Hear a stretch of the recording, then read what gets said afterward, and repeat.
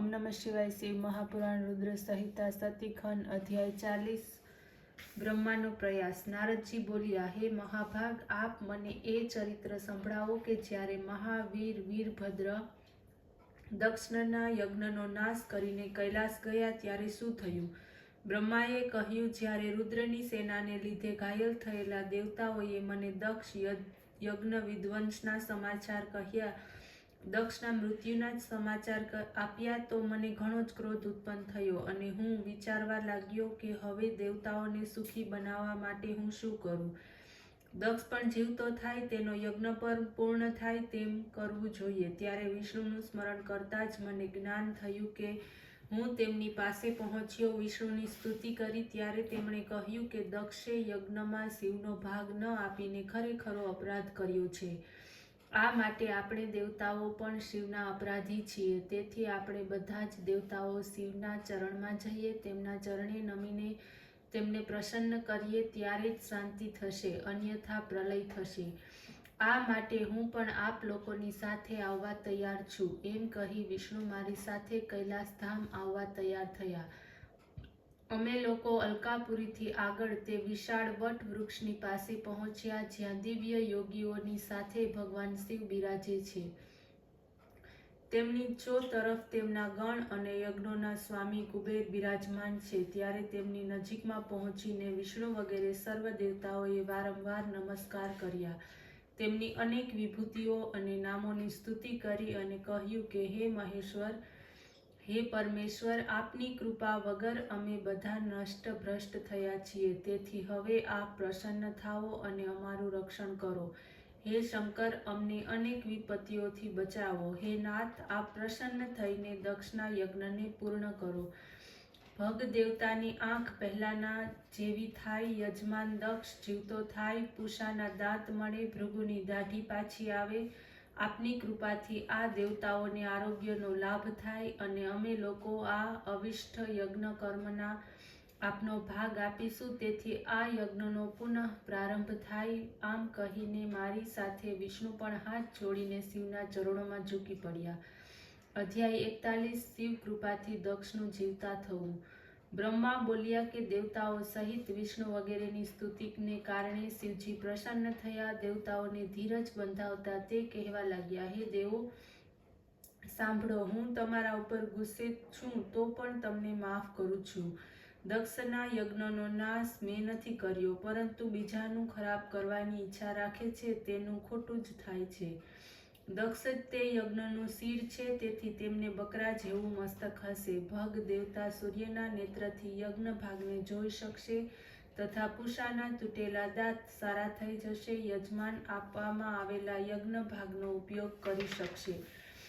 मारो विरोधी भृगु बकरा जेवी दाढ़ीने प्राप्त करशे अने मारा गणो द्वारा मार्या गयेला देवताओना तूटेला अंगो पण ठीक थई जशे। बधा ज अर्धव्यू प्रसन्न थशे। आम कहीने वेदोनुं अनुसरण करनारा परम दयाळु सराचरपति सम्राट शिवजी मौन थई गया।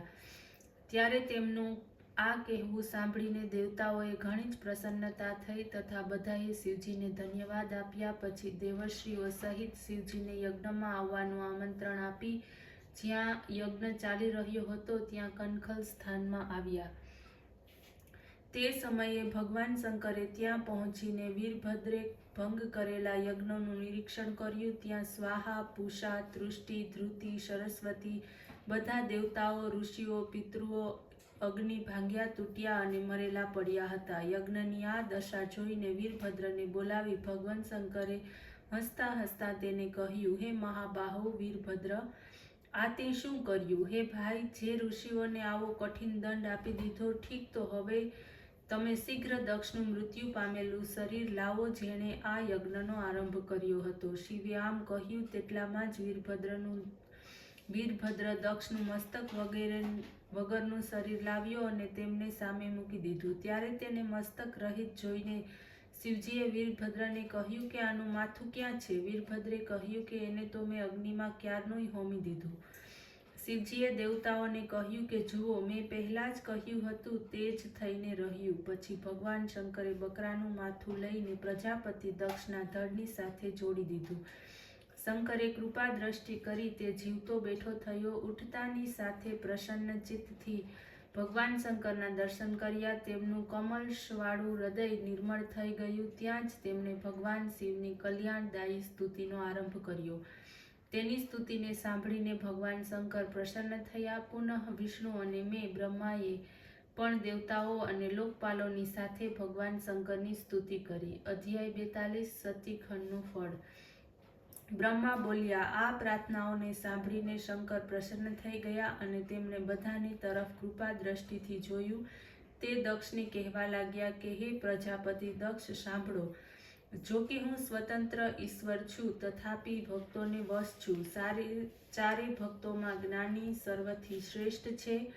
જ્ઞાની મારું સ્વરૂપ છે. તેનાથી અધિક પ્રિય મને કોઈ નથી. તે કર્મ પરાયણ મનુષ્ય મૂર્ખ છે, જે વેદ, યજ્ઞ, દાન અને તપથી મને જાણવાનો પ્રયાસ કરે છે. હું પણ આ જ રીતે કેવળ કર્મ દ્વારા સંસાર સાગરને તરવાની ઈચ્છા રાખતો હતો. મને તે ઠીક ન લાગ્યું, તેથી મેં તારા યજ્ઞનો વિધ્વંસ કર્યો. હે દક્ષ, હવે તું મને પરમેશ્વર માનીને બુદ્ધિપૂર્વક જ્ઞાન પરાયણ બની સાવધાનીપૂર્વક કર્મ કર. તું તે જાણે કે શંકર જ સંપૂર્ણ જગતનો દ્રષ્ટા છે. હું જ જગતની ઉત્પત્તિ, સ્થિતિ, સંહાર કરું છું અને ક્રિયાના પ્રમાણે ભિન્ન ભિન્ન નામોને ધારણ કરું છું. વિષ્ણુ ભક્તનો અર્થ તેવો નથી કે તેઓ મારી નિંદા કરી શકે. મારો ભક્ત પણ વિષ્ણુની નિંદા કરી શકતો નથી. જે આ પ્રમાણે કરશે તેને અમારા બંનેના શ્રાપને લીધે તેને તત્વની પ્રાપ્તિ થઈ શકતી નથી. આ પ્રમાણેના શંકરના સુખકારક વચનોને સાંભળીને ત્યાં બેઠેલા સઘળા મુનિઓ પ્રસન્ન થયા. દક્ષ શિવની ભક્તિમાં ડૂબ્યા. સમસ્ત દેવતાઓ કુટુંબ સાથે શંકર ભગવાનને પરમેશ્વર માનવા લાગ્યા.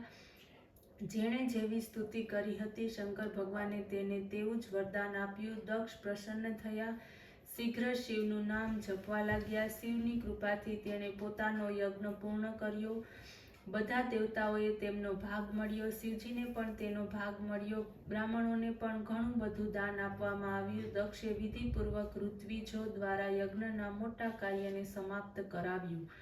બધા દેવતાઓ અને ઋષિઓ ભગવાન શંકરના યશને ગાતા ગાતા પોતાના ધામ તરફ ચાલ્યા ગયા. હું અને વિષ્ણુ પણ મંગલદાયક તેમના નામનું ઉચ્ચારણ કરતા પોતપોતાના લોક પહોંચ્યા. દક્ષે શંકરનો સત્કાર કર્યો. પછી તેઓ પણ પોતાના ગણોની સાથે કૈલાસ પર્વતે પહોંચ્યા.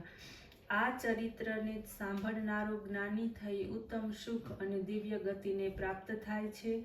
આ પ્રમાણે દક્ષ પુત્રી સતી દેવી પોતાના શરીરનો ત્યાગ કરીને હિમાલયની પત્ની મીનાના ગર્ભથી ઉત્પન્ન થઈ અને મહાતપ કરી ફરીથી શિવને પ્રાપ્ત કર્યા. ઇતિ શ્રી શિવ મહાપુરાણમાં રુદ્ર સંહિતા સતીખંડ સંપૂર્ણ. ઓમ નમઃ શિવાય.